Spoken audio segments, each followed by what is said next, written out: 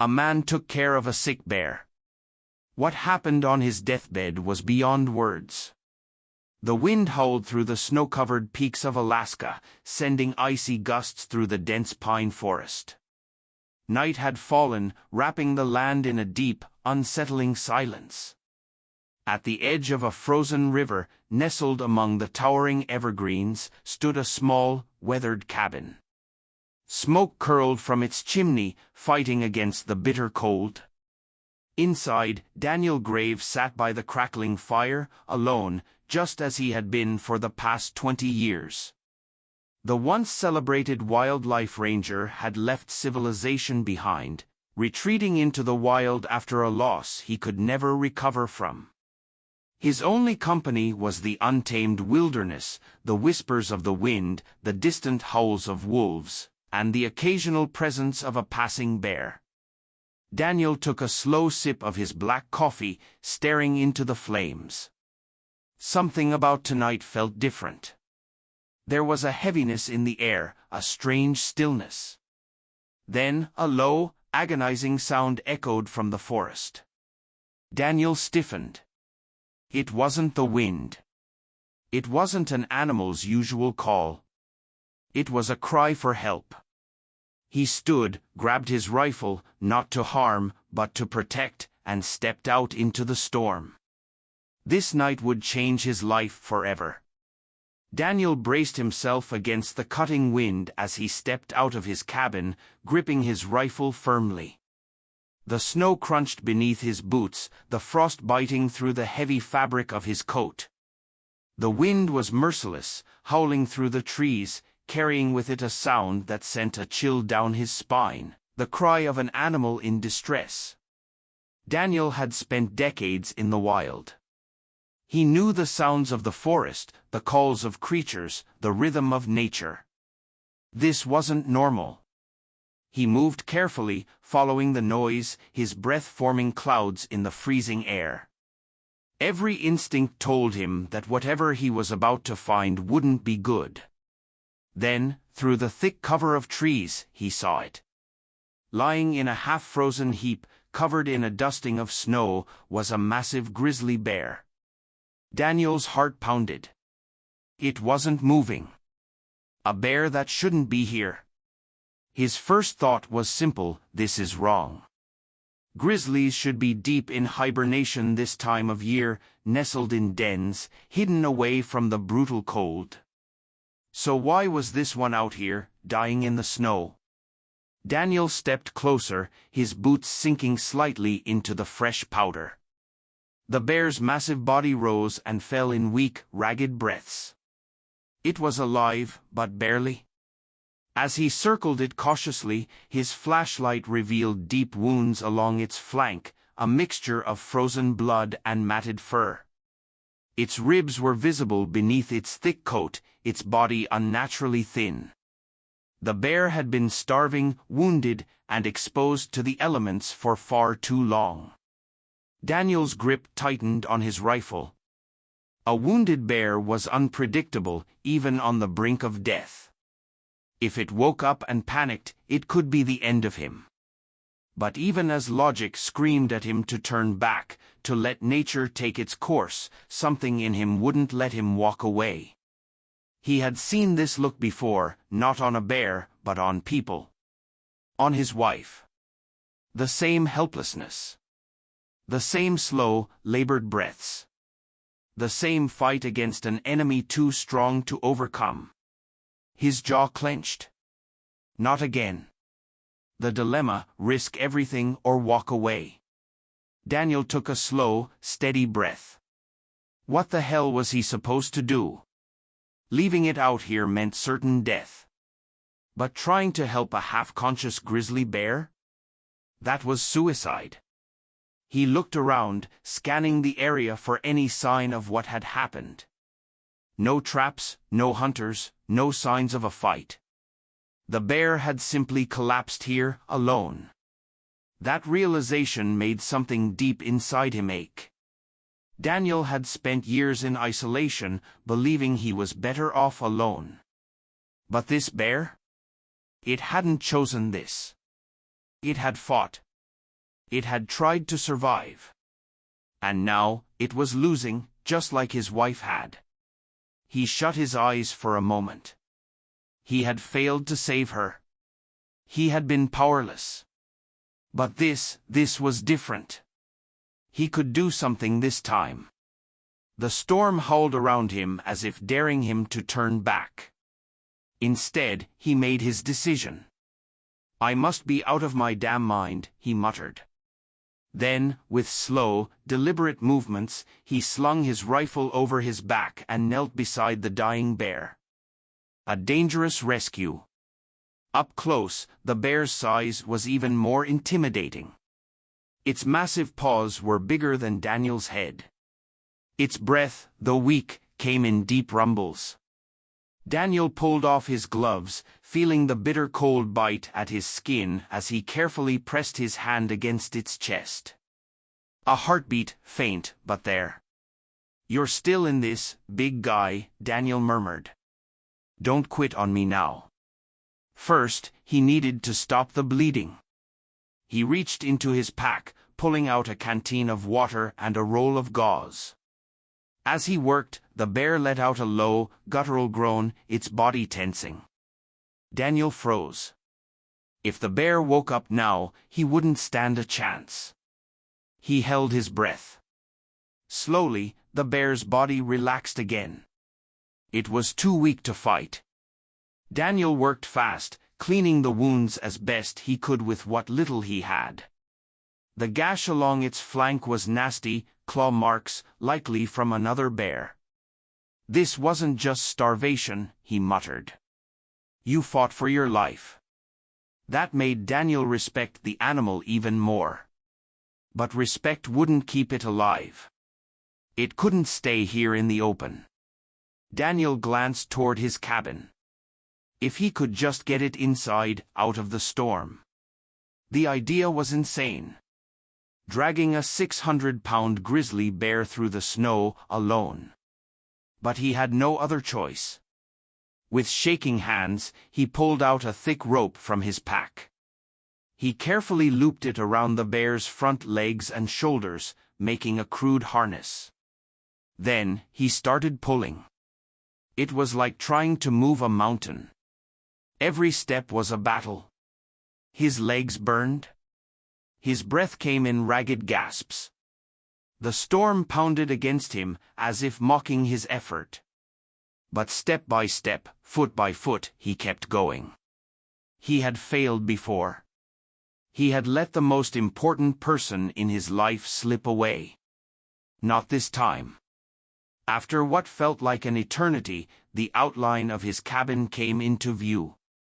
With one last desperate pull, he dragged the bear up onto the porch, collapsing against the wooden railing. His muscles screamed in protest. His lungs burned. But he had done it. He had saved it. Daniel wasted no time. He stoked the fire, raising the heat inside the cabin. He pulled down extra blankets, laying them over the bear's massive body, trying to stop it from slipping deeper into shock. The bear barely stirred, its breaths uneven. Daniel sat beside it, rubbing warmth into his frozen fingers. "Don't you die on me now," he murmured. He had risked everything to get it here. And now, all he could do was wait. As the blizzard raged outside, Daniel watched over the bear, its chest rising and falling in slow, unsteady movements. Would it make it through the night? Would he wake up to a cabin torn apart by a fully recovered grizzly? Or worse, would he wake up to silence? He didn't know. But for the first time in years, he felt like he was fighting for something again. Daniel sat near the fire, his hands gripping his knees, staring at the massive, unconscious bear lying on his cabin floor. The storm outside continued to rage, slamming icy wind against the wooden walls. But inside, the real battle was being fought. The bear was alive, but barely. Its breath came in slow, ragged intervals, its fur damp from melted snow. Fever still gripped its body, its limbs twitching slightly in its sleep. Daniel wiped sweat from his brow. Had he made a mistake? His mind raced with doubts. What the hell was he thinking? He had dragged a wild, unpredictable creature into his home, gambling his own safety in an effort to save it. And for what? Was it even worth it? The bear could wake up at any moment and tear him apart. If it didn't, the sickness might still claim its life, making all of this pointless. A sharp pang of memory struck him, his wife's last moments. Her weak grip on his hand, the helplessness in her eyes as he had sat beside her, knowing there was nothing he could do. He had lost her, and now he was about to lose this bear too. Unless he did something. He gritted his teeth. Not this time. Daniel knelt beside the bear, pressing his fingers against its throat, feeling the slow, erratic heartbeat beneath the fur. Too slow. He had seen this kind of fever before in injured animals, dehydration, infection, and exhaustion. And he knew exactly what he needed to do. His gaze flickered to the small wooden cabinet near his bed. Inside, tucked away under years of dust and neglect, was a bottle of antibiotics, the same ones he had kept for emergencies, the same ones that had once sat by his wife's bedside. His chest tightened. The last time he had held that bottle, it had been useless. It hadn't saved her. Would it save the bear? Daniel hesitated. He had been carrying this guilt for years, telling himself he had no power to change the past. But now, for the first time, he had a choice. This wasn't about undoing his failures, it was about doing the right thing now. With a deep breath, he grabbed the bottle and syringe. His hands were steady. The bear let out a low, pained rumble. It wasn't awake, but it was stirring. This had to work. Daniel filled the syringe carefully, calculating the safest dose for an animal of this size. Too little, and it wouldn't help. Too much, and he could kill it. He swallowed hard. This was insane. Taking a deep breath, he pressed the needle into the bear's flank, injecting the medicine. The moment the needle broke the skin, the bear let out a sudden, deep growl. Daniel's heart slammed against his ribs. For a brief, terrifying second, he thought the bear would snap awake and attack. Instead, its massive body tensed, then relaxed. Daniel let out a shaky breath, watching as the bear settled once more into a deep, exhausted sleep. It wasn't much, but it was a start. Hours passed. Daniel kept the fire going, warming the cabin as much as he could. He brought water to the bear's mouth, letting a few drops trickle in. He whispered words he knew it couldn't understand, but maybe, just maybe, it could feel them. Come on, big guy. Fight. The hours stretched into the darkest part of the night, the fever still clinging to the bear's body. Daniel barely slept, watching over it like a guardian. Somewhere near dawn, he noticed something. The bear's breathing was stronger. Daniel blinked, barely daring to hope. He placed a hand against its side, feeling the steady rhythm of its heart, faster now, stronger. His lips parted in relief. It was working. The bear wasn't out of danger yet, but it was fighting back. And for the first time in years, so was Daniel. Just before sunrise, Daniel stirred from his half-sleep, his body sore from sitting for so long. Then he heard it, a deep, deliberate exhale. He turned his head slowly, and there, lying still but awake, its golden eyes staring straight at him, was the bear. For a moment, neither of them moved. Daniel's breath hitched. It should have been afraid. It should have panicked. Instead, it just watched him. Not with hostility. Not with fear. With understanding. Daniel's throat tightened. The bear knew. It knew he had saved it. A slow, heavy exhale left the bear's chest, and it closed its eyes once more, not in exhaustion, but in peace. And Daniel realized something. For 20 years, he had believed he had nothing left to give. But this bear, it had proven him wrong. He wasn't done. He still had the power to save something, to matter, to fight. As the first light of dawn crept through the cabin window, Daniel smiled for the first time in a long time. Because he finally understood. He had saved the bear. But the bear had saved him, too. The morning light streamed through the cabin window, casting golden streaks over the wooden floor. The fire had burned low, leaving behind soft embers that crackled faintly in the silence. Daniel sat in his chair, his eyes fixed on the massive bear stretched out on his floor. It was alive. The fever had broken. The ragged, struggling breaths from the night before had steadied. The bear's massive chest rose and fell with new strength. Daniel exhaled, running a hand down his face. He had done it. The bear shifted slightly, letting out a slow, deep exhale. Then it opened its eyes. For a long moment, neither of them moved. Daniel expected panic. He expected fear, aggression, instinctual rage.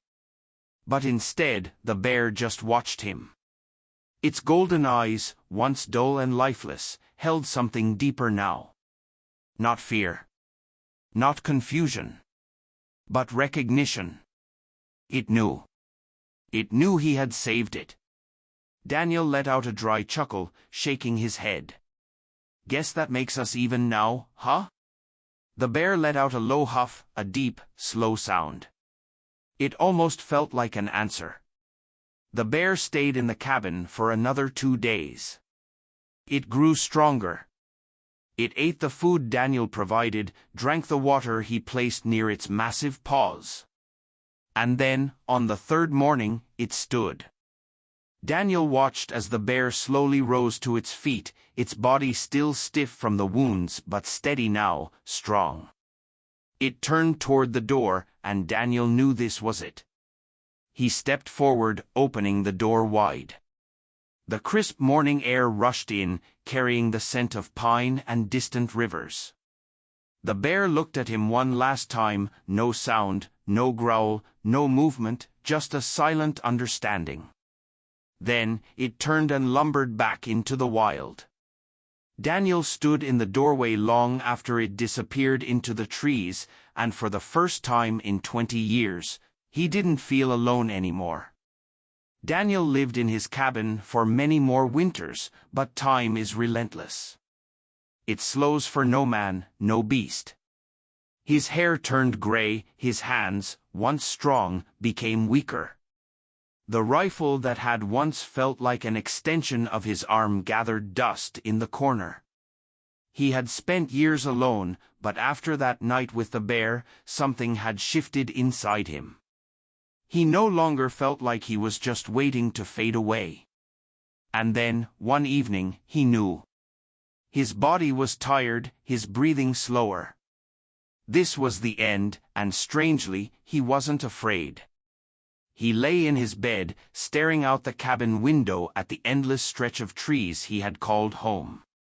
The wind howled softly outside, rustling the pines. The world carried on. Life carried on. Then, he heard it, a deep, familiar exhale. His fading eyes drifted to the doorway, and standing there, just beyond the porch, was a massive grizzly bear. His bear. Older now, its fur touched with gray just like his hair, but those golden eyes were the same. The bear stepped forward, lowering its massive head. Daniel's breath caught in his throat. It had come back. He tried to smile, his lips barely parting. With the last of his strength, he whispered, "You found me." The bear huffed softly, and as Daniel closed his eyes for the last time, he felt no fear, no regret, only peace. He had saved the bear, and in the end, the bear had come to say goodbye. If this story moved you, imagine how many more incredible, heartwarming moments between humans and wildlife are waiting to be shared. Nature is full of untold stories of resilience, kindness, and unexpected bonds. Subscribe to our channel to experience more real-life, breathtaking wildlife encounters. Stories that touch the soul and remind us of the deep connection between man and nature. Every like, comment, and share helps us bring more inspiring stories to life, raising awareness about the beauty and importance of wildlife conservation. Your support allows us to continue sharing authentic, emotional, and unforgettable journeys into the wild. So don't miss out, hit that subscribe button now and become part of our growing community of nature lovers. Let's explore, learn, and protect the wild together. Turn on notifications so you never miss an incredible story.